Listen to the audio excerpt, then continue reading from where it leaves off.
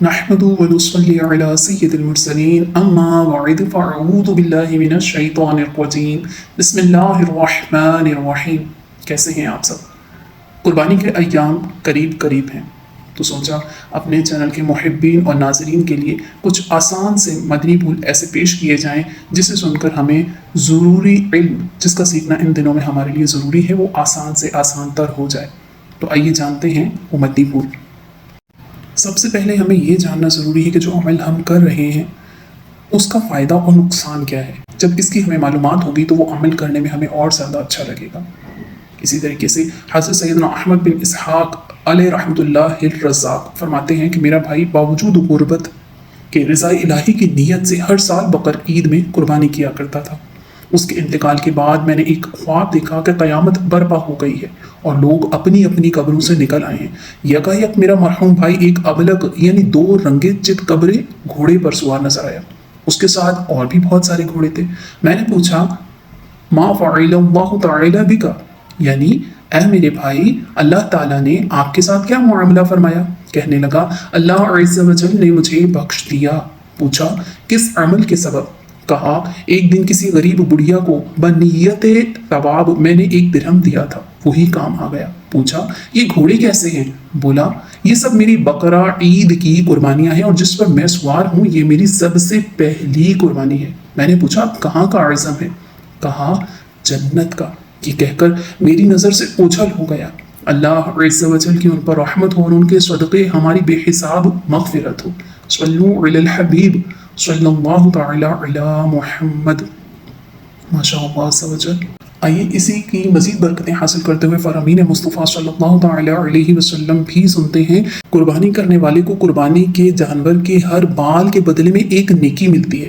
جس نے خوش دلی سے طالب ثواب ہو کر یعنی ثواب کا طالب ہو کر قربانی کی تو وہ آتش جہنم سے حجاب یعنی روک ہو جائے گی۔ اسی طریقے سے ایک اور فرمان مصطفیٰ صلی اللہ تعالی علیہ وآلہ وسلم ہے کہ اے فاطمہ اپنی قربانی کے پاس موجود رہو کیونکہ اس کے خون کا پہلا قطرہ گرے گا تمہارے سارے گناہ معاف کر دیے جائیں گے۔ سبحان اللہ عز و جل۔ جس شخص میں قربانی کرنے کی وسعت ہو پھر بھی وہ قربانی نہ کرے تو وہ ہماری عیدگاہ کے قریب نہ آئے۔ آئیے مزید سنیے۔ بعض اوقات طرح طرح کے سوال ہمارے ذہن میں آتے ہیں کہ کیا قرض لے کر بھی قربانی کرنی ہوگی؟ تو اسی کی روشنی میں سنیے کہ جو لوگ قربانی کی استطاعت یعنی طاقت رکھنے کے باوجود اپنی واجب قربانی ادا نہیں کرتے ان کے لیے لمحہ فکریہ ہے۔ اول یہی خسارہ یعنی نقصان کیا کم تھا کہ قربانی نہ کرنے سے اتنے بڑے ثواب سے محروم ہو گئے، مزید یہ کہ وہ گناہ گار اور جہنم کے حقدار ہیں۔ یہ قول اچھے سے سمجھ میں آئے؟ آئیے اس کے حوالے سے ایک فتویٰ بھی سنتے ہیں۔ فتاوی امجدیہ جلد 3 صفحہ نمبر 315 پر ہے کہ اگر کسی پر قربانی واجب ہے اور اس وقت اس کے پاس روپے نہیں ہیں تو قرض لے کر گویا کوئی چیز فروخت کر کے قربانی کرے۔ مزید ایک اور فرمان مصطفیٰ صلی اللہ علیہ وآلہ وسلم سنیے کہ انسان بقرہ عید کے دن کوئی ایسی نیکی نہیں کرتا جو اللہ عز و جل کو خون بہانے سے زیادہ پیاری ہو۔ یہ قربانی قیامت میں اپنے سینگوں، بالوں اور کھروں کے ساتھ آئے گی اور قربانی کا خون زمین پر گرنے سے پہلے اللہ کے ہاں قبول ہو جاتا ہے، لہٰذا خوش دلی سے قربانی کرو۔ محقق علی الاطلاق خاتم المحدثین حضرت علامہ شیخ عبدالحق محدث دہلوی رحمۃ اللہ تعالی علیہ فرماتے ہیں کہ قربانی اپنے کرنے والے کے نیکیوں کے پلے میں رکھی جائے گی جس سے نیکیوں کا پلڑا بھاری ہوگا۔ حضرت سیدنا علامہ علی قاری علیہ رحمۃ اللہ الحنان فرماتے ہیں پھر اس کے لیے سواری بنے گی جس کے ذریعے یہ شخص بآسانی پل صراط سے گزرے گا اور اس یعنی جانور کا ہر عضو مالک یعنی قربانی پیش کرنے والے کے ہر عضو کے لیے جہنم سے آزادی کا فدیہ بنے گا۔ سبحان اللہ عز و جل۔ اس سے معلوم ہوا کہ قربانی صرف محض اس سوچ کے لیے نہیں کرنی کہ ہمیں قربانی کے دن آ گئے تو قربانی کرنی ہے، پڑوسیوں کے ہاں جانور آ گیا، ہمارے بچے خفا ہیں یا ناراض ہوں گے یا وہ اداس ہوں گے یا پھر مقصود گوشت حاصل کرنا نہیں۔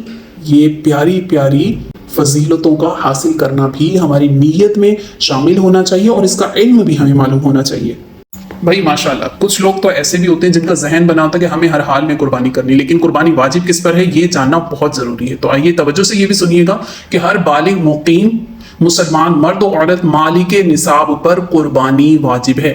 مالک نصاب ہونے سے مراد یہ ہے کہ اس شخص کے پاس 52.5 تولے چاندی یا اتنی مالیت کی رقم یا اتنی مالیت کا تجارت کا مال یعنی اتنی مالیت کا حاجت اصلیہ کے علاوہ سامان ہو اور اس پر اللہ عز و جل یا بندوں کا اتنا قرضہ نہ ہو جسے ادا کر کے ذکر کردہ نصاب باقی نہ رہے۔ فقہاء کرام رحمہ اللہ السلام فرماتے ہیں کہ حاجت اصلیہ یعنی ضروریات زندگی سے مراد وہ چیزیں ہیں کہ بغیر گزر اوقات میں شدید تنگی و دشواری محسوس ہوتی ہے، جیسے کہ رہنے کا گھر، پہننے کے کپڑے، سواری وغیرہ۔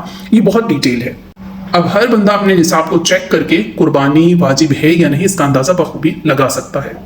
حاجت اصلیہ دراصل اس کے بارے میں جاننا بہت زیادہ ضروری ہے۔ اگر آپ چاہتے ہیں کہ ہمیں ڈیٹیل میں مزید بتایا جائے تو آپ اپنے کمنٹس میں بتائیے، انشاءاللہ اس پر الگ سے ایک ویڈیو بنائی جائے گی۔ اب قربانی بھی کرنی ہے، شوق بھی ہے، جذبہ بھی ہے، لیکن کب کریں اس کا صحیح وقت بھی معلوم ہونا بہت ضروری ہے۔ تو اس کا صحیح وقت یہ ہے کہ مال اور دیگر شرائط قربانی کے ایام یعنی 10 ذو الحجۃ الحرام کی صبح صادق سے لے کر 12 ذو الحجۃ الحرام کے غروب آفتاب تک میں پائے جائیں جب ہی قربانی واجب ہوگی۔ مزید اس طرح کی انفارمیٹیو ویڈیوز دیکھنے کے لیے ہمارے چینل کو سبسکرائب کریں، اور اگر آپ کو یہ ویڈیو اچھی لگی ہے تو کمنٹس کر کے ہمیں ضرور بتائیے گا، اور اسے شیئر کریں تاکہ علم دین زیادہ سے زیادہ لوگوں تک پہنچ سکے۔ جزاک اللہ خیرہ۔